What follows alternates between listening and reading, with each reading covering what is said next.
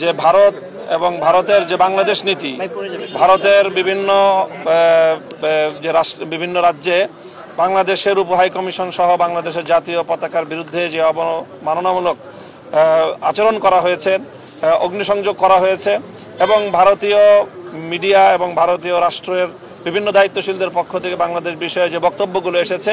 তার তীব্র সমালোচনা এবং নিন্দা জ্ঞাপন করা হয়েছে। সেই সাথে বাংলাদেশের অন্তর্বর্তীকালীন সরকারের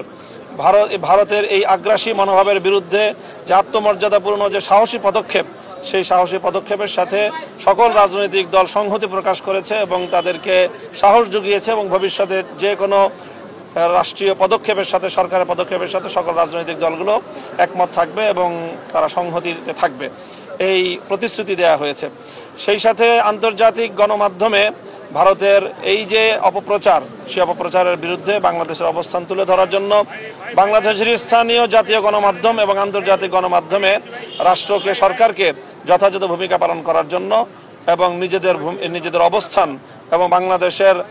যে অবস্থান সেটা ব্যাখ্যা করার জন্য আহ্বান জানানো হয়েছে এবং অনুরোধ জানানো হয়েছে। সেই সাথে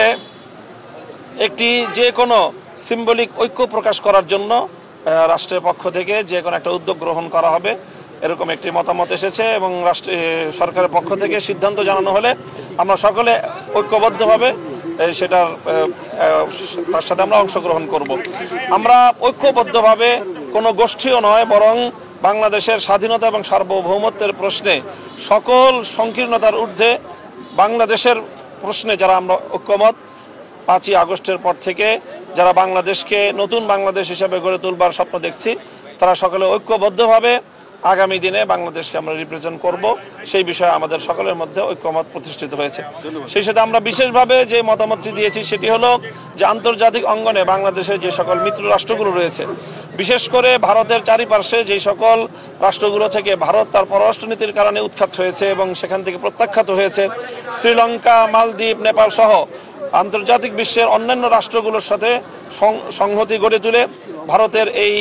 আগ্রাসী মনোভাবের বিরুদ্ধে বাংলাদেশকে আন্তর্জাতিক অঙ্গনে নিজেদের মিত্রদেরকে নিয়ে নিজেদের অবস্থানকে শক্তিশালী করার জন্য আমরা মতামত দিয়েছি এবং পরামর্শ দিয়েছি এবং আমরা আশা করি যে সেই বিষয়ে আগামীতে পদক্ষেপ